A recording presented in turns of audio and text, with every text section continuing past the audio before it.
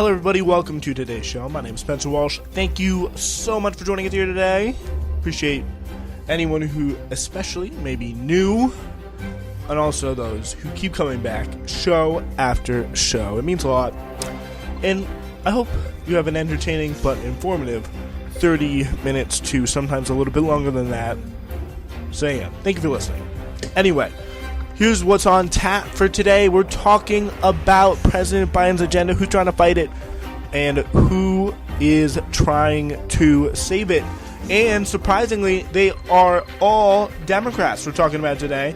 Not all of them are on the same side, and some of them are on sides with each other that they previously have never been on before. We'll explain.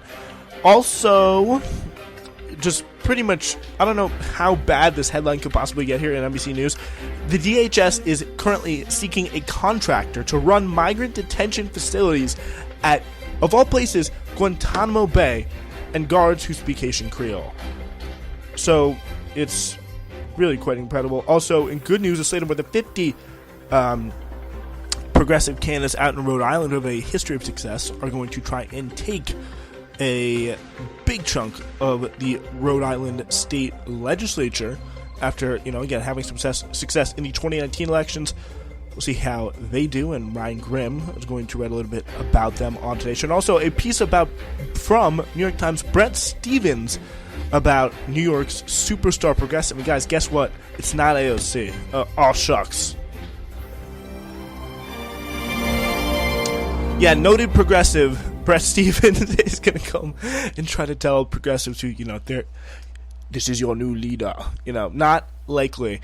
We'll see. We'll tell you who he thinks the new progressive star out of New York City is. It's a congressman who actually is kind of close to AOC.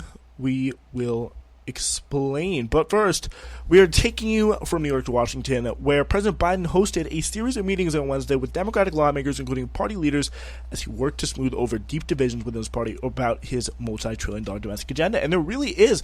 I've been kind of scrolling through, the socials all day long, and there has been some really genuine anger about this from massive parts of the Democratic caucus, because you have this infrastructure bill that was pretty much everything that business ever wanted. And a lot of people who, had worked their careers on trying to get, one priority in, didn't have the political will, didn't have, really the passion about it, and didn't see the opportunity to do it legislatively until now. They have all their pet priorities, and their people want to expand broadband to their district or whatever. They're having that, representatives are now having that taken out just because, 12 senators, as I believe the head of one of the heads of the Progressive Caucus from Wisconsin, I'm forgetting his name, Mark Pocan, I believe, actually. He was on CNN today, and he was like, yeah, screw them. They don't get to dictate, they're unpopular within the party, within the, the elected party. They're definitely unpopular within the base of the party. So what is the point of listening to them? I mean, it's not like it's a crazily unpopular agenda, and already the insane, but absolutely insane headline, progressives dig in. This is a comment that was going around today from CNN, just to give you an idea of what the media coverage is and how it always is framed like this. No matter what happens is when you get that any kind of real progressive action, this is literally, I will pull it up just so I can read it word for word, because it really is quite insane. So this is it across the Situation Room. Breaking news, of course.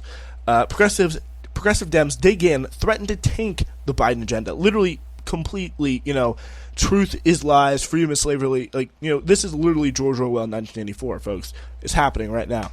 But no, because again, literally in the $3.5 trillion reconciliation bill that Democrats are trying to stop the infrastructure bill to save, the bipartisan infrastructure bill, is, all of Biden's actual priorities, because the corporate Democrats teamed up with the Republicans to pass a bill that pretty much had the, the basic stuff, the stuff that, was really not going, it's going to go out solely because our government's fundamentally broken, it's just going to be kind of not exactly shovel ready, but the basic stuff, what people, the basic infrastructure stuff, roads and bridges. But then you get into the reconciliation bill, and that's pretty much where they put everything they could possibly want that the Senate parliamentarian allowed them to have, of course.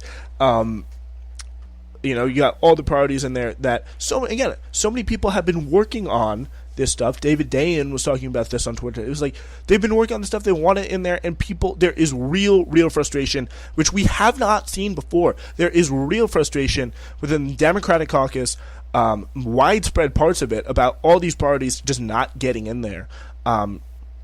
And, they say, oh, we sacrificed on the infrastructure bill. We said, okay, we'll take a lot of stuff out on this, hoping it could be in the reconciliation bill. They get what they want. They're going to get that passed. But now they're throwing this huge fit over big priorities in the bill that we said we would get for ourselves. Like, that is pissing a lot of people off in the Democratic caucus today, and it's really going to be good, and it could be interesting to see how this fight goes down. So Biden, in a series of Oval Office meetings that continued throughout the afternoon, Biden huddled with two top Democrats, Speaker Nancy Pelosi of California and Chuck Schumer of New York, the majority leader, and separately with nearly 24 lawmakers from across the ideological range of the party.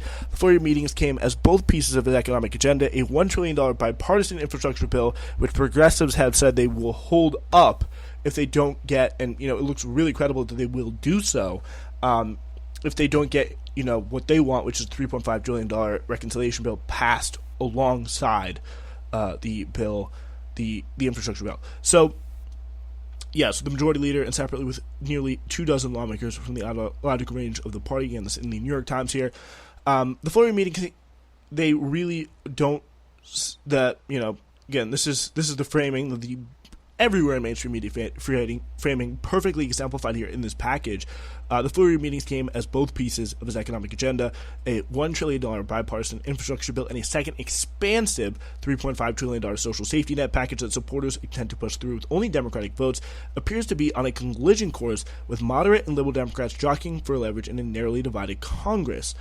It definitely seems to be true, but the idea that they're pushing this through with only Democratic votes, it's just completely it's like you were under a rock and completely unaware of the realities of the situation politically. If they want to get anything done, they would have to use the reconciliation process, and they were far less radical and effective in getting their actual agenda that people elected them to do in office.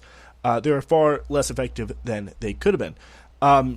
In essence, Biden's entire agenda, it's a make-or-break moment. Because, again, the stuff that progressives here are supporting, the Biden agenda, is all in this bill. Progressives are supporting this.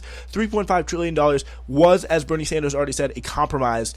So that's why you have a lot of people like Nancy Pelosi, Joe Biden, Chuck Schumer, all on side here with Jayapal, Bernie, and all the other House progressives and Senate progressives. So here is what we saw in the comings and goings of the Oval Office,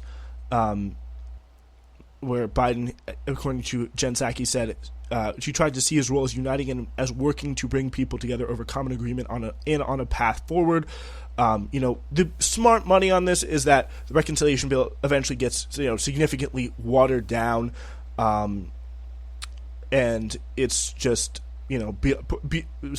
like serious parties are out, like serious parts of it are out, so they can still get that reconciliation bill passed, and progressives can still get a win, moderates could still get what they want, the leadership would save face, all of that. But the question is, where will the progressives be willing to draw the line and say, we will not vote for a bill this watered down right here, like here's where you need to stop, or we will not vote for it? And the question is, there's going to be a lot of pressure. Like, we should vote for this bill. Come on, we got to fight for something good. And I guarantee a lot of people would probably fall towards that, given the right amount of media pressure. But it's going to be very, very interesting to say. I would see something like that. Inter-democratic negotiation, which is what they love to do, is negotiate all their best priorities down among themselves, then go to the Republicans, which they won't be doing this time, but that's normally a key feature. But in the end, they'll probably have that narrowed down significantly. The question again will be will Democrats vote for it? So we had the lawmakers in the Oval Office today, the centrist representatives Josh Gottheimer of New Jersey, Mike Thompson of California, Stephanie Murphy of Florida, as well as Jayapal, maybe in the same time. They had Jayapal 3v1ing these centrists. I don't know the right word here. It's like tools in more ways than one. That could be a fair way to put it. But then Senator Bernie Sanders, a liberal independent from Vermont, again, that's whatever. Who chairs the Budget Committee, Ron Wyden of Oregon, the chairman of the Finance Committee, and Patty Murray of Washington. They're all senators. And she's a member of Democratic leadership, are also slated to head of the White House, as were the conservatives, John Tester and Mark Warner from Montana and Virginia, respectively. Senators Joe Manchin of West Virginia and Kyrsten Sinema, who have balked about the price tag, also planned to attend. So their favorite thing to do, this is their literally lobbyist-induced strategy. Kyrsten Sinema, by the way, raking up. You love to see America, a real true democracy, functioning like this. Kyrsten Sinema getting in the way of stopping something that has 90% public support, then really pretty much tanks the bill, along with three of the highest big pharma contribution receivers in the House. Tanked this incredibly important bill that would do something that would save lives, 90% support, and then they all get huge checks in the mail for their campaigns from big pharma. That's how it works. So Liberal Democrats in the House remain adamant they will withhold their votes for the infrastructure bill, which passed the Senate earlier this year, until the chamber approves the $3.5 trillion package. Without the Liberals backing, Democrats are almost certain to fall short of the votes they need to an approval of infrastructure in the House, where Pelosi has committed to bring it up by Friday. Returning to the Capitol after meeting with Biden, neither Mrs. Pelosi nor Mr. Schumer shared many details about the discussion, although they projected confidence that Congress would be able to deliver the measures. We're on a schedule, that's all I'll say. We're calm, everyone's good, and our work is almost done. So, hang in there, Nancy. Don't fall asleep on us. If you need some ice cream, it's okay. Ro Khanna, Democrat of California, Wednesday morning said that liberals cannot negotiate a final package if more conservative Democrats would not present a counteroffer to the $3.5 trillion measure they've agreed to. So there's definitely, there's going to be some stuff cut out. The question is what? At the very least, he said Democrats of all stripes need an ironclad public agreement on a total spending number over 10 years and some core elements that would be in the package, such as an expanded permanent child tax credit, a per-child tax credit, and some aggressive climate change provisions, such as a clean energy standard. Jayapal is preparing to make... So, that's going to be, some of the bare provisions in the bill, like, not nearly enough to what should actually be in there, but that is the whole thing. Jayapal is preparing to make the case for Biden that linking the infrastructure bill to the social policy measure is not a matter of political horse trading, but a substantive demand. Liberal lawmakers, she argues, would not have agreed to a transitional infrastructure package funding roads, bridges, and tunnels that will promote fossil fuel usage unless the newest substantial climate change measure would also be enacted to ensure the vehicles on those new highways would be electric, and a bolstered electricity infrastructure would be there to support them. And also, again, what's going to happen with those other priorities? That's going to be something we'll be very closely watching. But it's now time for our next story. Biden really here continuing to be just as bad. I'm going to say it, just as bad, if not worse, than Donald Trump on the issue of immigration here. So as it scrambles to deal with the surge of Haitian immigrants, we talked about how, on the last show, what was going on with that. Just an absolute mess with the border. Pictures of coming out over the last few days of like literal boxes of food and water being guarded by our brave men and women on the border in Department of Homeland Security. Thank you to them, for their brave and deep and great service, which is amounting to guarding boxes of water from starving Haitian refugees. So they are seeking a private contractor to operate a private contractor. By the way, that always goes well. Something Trump absolutely loved to do, which is like stick people coming over the Mexican border in these really sketchy prisons with private contractors. These rented out office buildings where they would separate put the kids in. It was really, really disgusting stuff. And to top it off, they're doing it all at freaking Guantanamo Bay. A big part of the Obama legacy, and a big, frankly, joke of his legacy of all the times he was promising to close Guantanamo Bay many times with with Joe Biden standing right beside him, and after him to come up and continue very similar policy to Trump administration, which he ran on to restore the soul of the nation after Trump, right?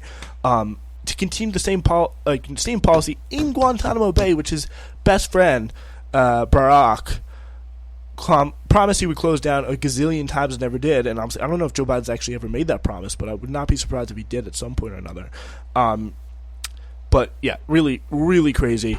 It's how many bad things could you fit into a headline? So a little-known immigrant facility holding on the base has a capacity of 120 people, and will have an estimated daily population of 20 people, according to a solicitation for bids issued by the Department of Homeland Security. The service provider shall be responsible to maintain on site the necessary equipment to erect temporary housing facilities for populations that exceed 120 and up to 400 migrants in a surge event. The contract solicitation says. Apparently, I've heard numbers of as high as 10,000 migrants. So hopefully, but I wouldn't be surprised if they put them all in there. In recent weeks. In the recent past, migrants picked up at sea have been housed for weeks, for short periods in Guantanamo Bay, but it's never really been used for this amount of people. The White House, DHS, and Immigrations and Customs Enforcement did not immediately respond to requests for comment. Guantanamo Bay obviously is best known for the site of a prison for high value terrorism detainees, including Khalid Sheikh Mohammed, the mastermind behind 9/11, the quote-unquote confessed mastermind. Can never quite trust a Guantanamo Bay confession. I think that would be fair to say. Under the George H.W. Bush administration from 1991 and 93, many Haitians sought to flee the country, and as many 12,000 were sent to the Guantanamo Bay under a policy overseen by then Attorney General William Barr. Yeah, that's right, folks. People don't realize William Barr is real deep state.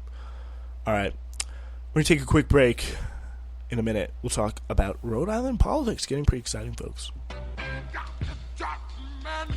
Hello, everybody, and welcome to our segment to tell you all about what's going on here on the Spencer Walsh Radio Network this summer. We do, as I'm sure you know, have a great lineup available for you. We, of course, start with our flagship show, Newsflash, all new Mondays, Wednesdays, and Fridays.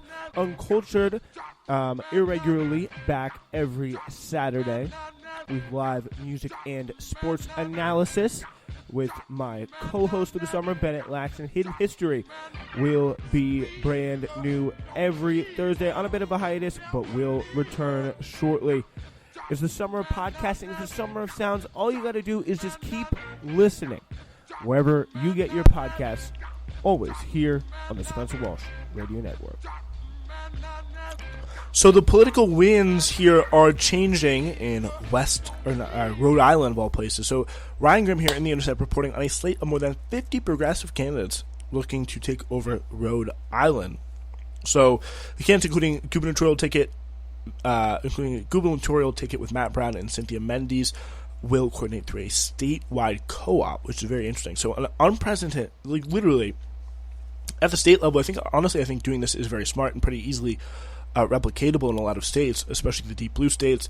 Really get those progressive infrastructure in the state houses. It can be very, very important. Illinois, even with just Chicago having pretty strong left-wing representatives, has had some success pushing, I think, J.B. Pritzker. Not so with Lori Lightfoot. It's been a little bit tougher with her, but these guys in Rhode Island, the Rhode Island Political Co-op, the 50 candidates are going to be fielding now. It's a novel formation that seeks to give insurgents the benefits of scale and coordination that the party establishment has long relied on. Candidates pay dues into the co-op, and the co-op helped candidates manage their races and execute the mechanics of a campaign that are often daunting to first-time challengers. Sharing the funds, sharing the resources to where they're needed, and their goal is actually to all win. They join Matt Brown, a former Rhode Island Secretary of State, who will be running for governor, and Cynthia Mendes, previously elected state senator, now running for lieutenant governor. We have looked and talked to a bunch of progressive partners around the country. West Virginia did. West Virginia can't wait, said Brown, referencing the 2020 grassroots movement to bring a pro-labor electoral infrastructure to Charleston. The co-op model is, we think, kind of a breakthrough in the practice of political organizing because the candidates pay dues, and that means the co-op can provide direct services to them. Everything to A to Z: campaign manager, recruitment, candidate training, writing campaign plans. So it's running a statewide coordinating campaign for 50 candidates. So the Southern Baptist Movement, the Youth Athletic Climate Organization, has already endorsed the slate and is out with an ad promoting a block of candidates. So it was a very, very exciting thing. And a lot of things that holds the really deep coordination back, especially for people with limited resources, is the fact, there's all these legal specifications about coordination and money and funding and relationships that outside groups can have to campaigns. Obviously, the right is very easily able to skirt them because they really did construct the system and have it really kind of work for them, and also they are much more moneyed and are much able to better get in legal defense and also weaken our campaign finance law. But this is definitely a very, very exciting thing. It does kind of allow that to be bypassed in a serious way, and that is going to be very, very key into getting the, I don't know how replicatable it is, for, Justice Democrats tried that, but in terms of resource sharing, it definitely seems to be a lot more effective than anything Justice Democrats tried to do here. So after Governor Gino Raimondo, a Wall Street-friendly venture capitalist, resigned to become Joe Biden's Commerce Secretary in March, Lieutenant Governor Dan McKee, a moderate Democrat who was sworn in as governor. So McKee is also vying for governor in 2022. Brown challenged Raimondo in 2018, but did so without a statewide network, losing in the primary 57-34, or roughly 28,000 votes. So this time, Brown has a stronger political network to tap. The Rhode Island Political Cooperative won 10 of its 24 races in the 2020 election cycle, 2 for city council, 5 for state senate, and 3 in the House. So those victories shook up the state legislature. The General Assembly, which had balked at a minimum wage increase for years, quickly passed the bill lifting the minimum wage to $15 an hour while making additional nods in a progressive direction. But for the insurgents, it quickly became clear the wholesale sweep was needed. Mendez, who had knocked off the finance chair, said she was taken aback by the apathy and callousness on display from her Democratic colleagues. As a state senator, I witnessed really up close the the apathy and negligence of our government and just how they refuse to work on behalf of people in even the moments of our greatest need. It was one thing to intellectually understand the corruption of the state government, but it was another thing to see it up close. It was difficult, Mendez said, to deal with the ache of being in that space and realizing how much they didn't care, said Mendez, a single mom and nurse, as that the gap between her and everyday life at home and her life in the state house was monumental. She says, to live in a community where there's a sense of urgency and that there are deep needs around us and that we're going to address them, and then go in a chamber where people are interested in going to fundraisers and getting a headline and getting in front of a camera, it's actually surreal. We can't just wait for corrupt politicians to start caring. So Mendy's going to make a very, I think, effective case there. And if they can do that, they can organize the local level. It's going to be really, really interesting and exciting to see what they can do. All right. That was, very, very encouraging story, but we are about to read a little bit of Bret Stephens to calm us right back down in just 20 seconds.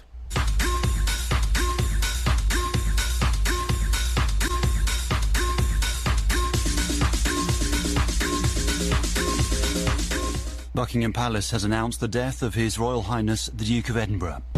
It's news flash.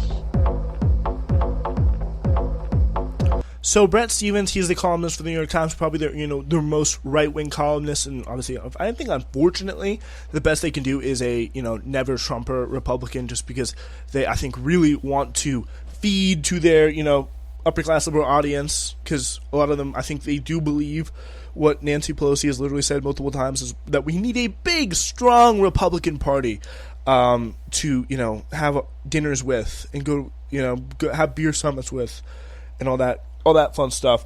But yeah, it's definitely clear that that is about the limits of the New York Times audience is willing to reach. Bret Stephens, someone who has been referred to as just boringly bad. He's has the opinions that you just really just are bad and wrong and awful, but does not do it in a way that is even that compelling to read.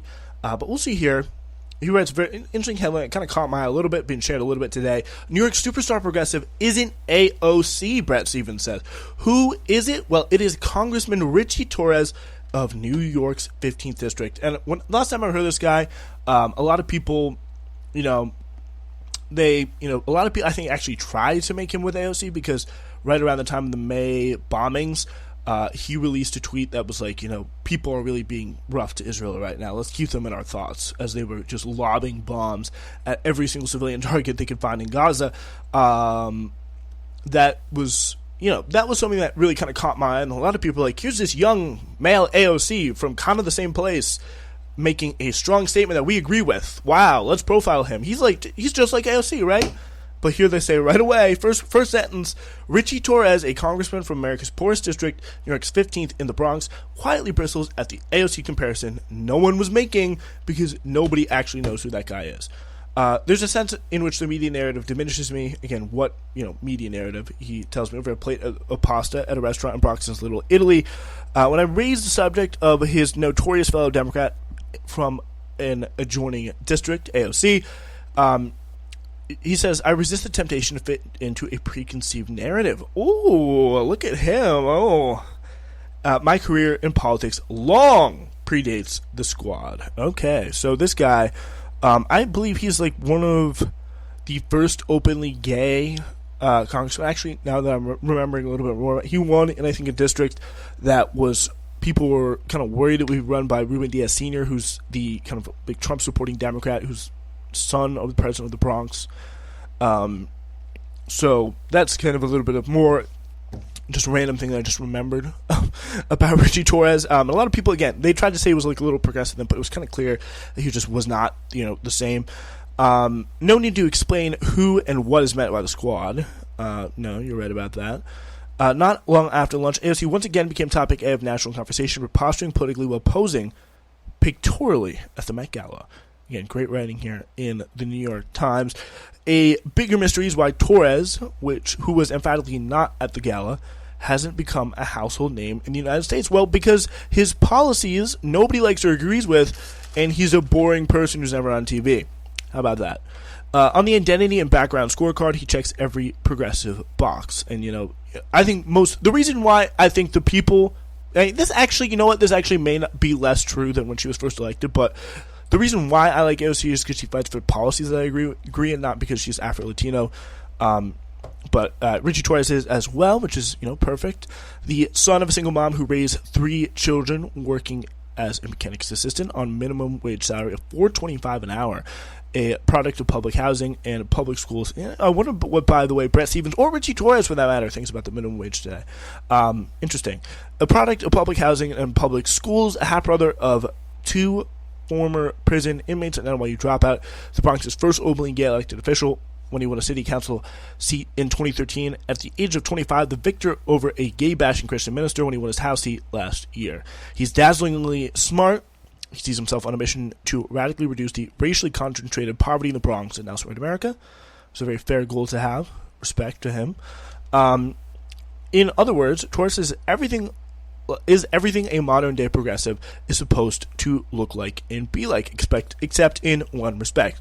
Unlike so much of the modern left, including AOC, who grew up as an architect's daughter in the middle-class Westchester town of Yorktown Heights, and of course, again, there's no, I don't want to nitpick, and I really actually don't think it matters, because some of the people on the left, I think it's really important, what they believe in and how they act is really pretty much all I care about.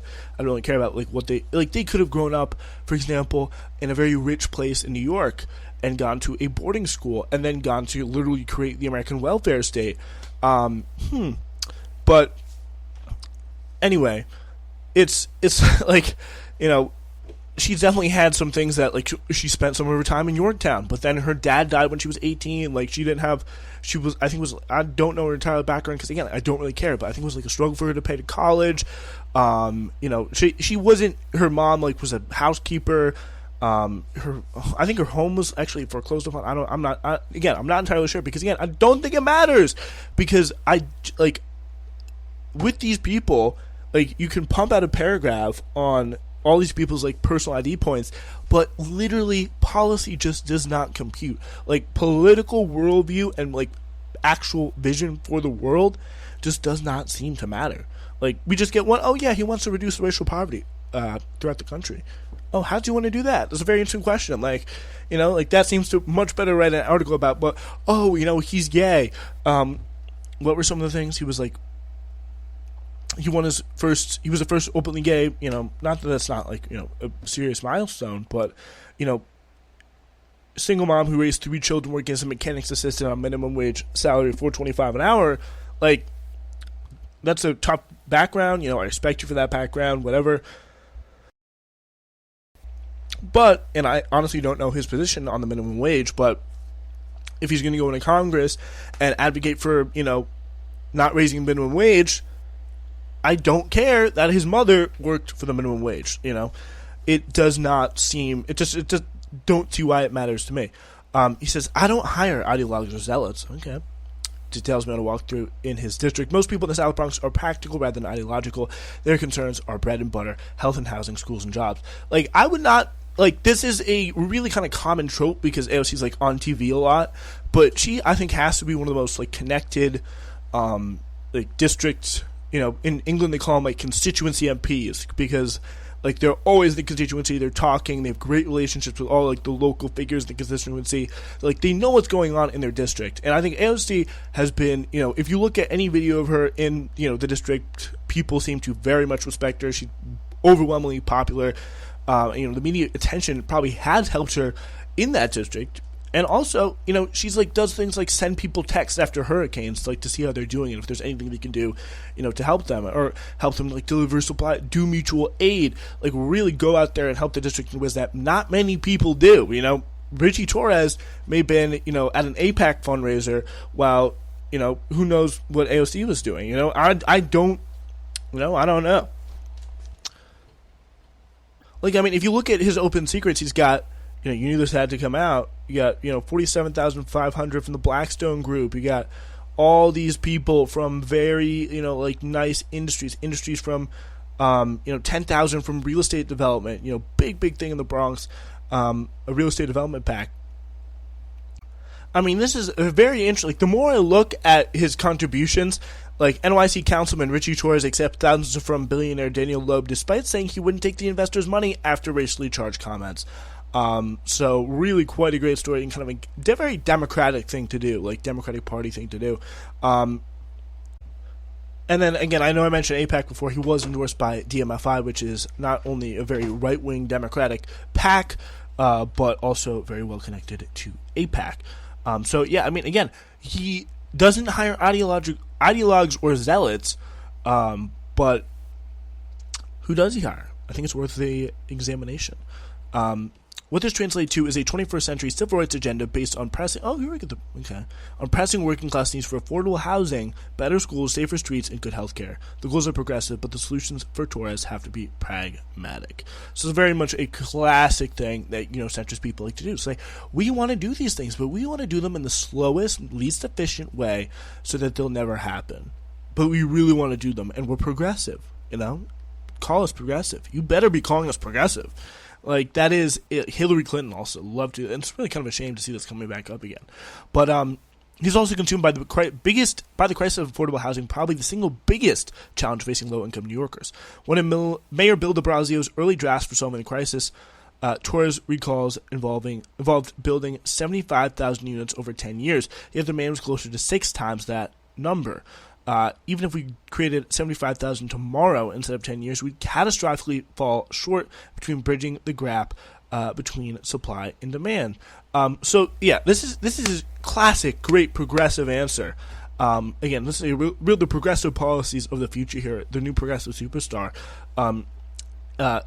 He's bringing in a classic triangulation between big government interventionism and small government common sense.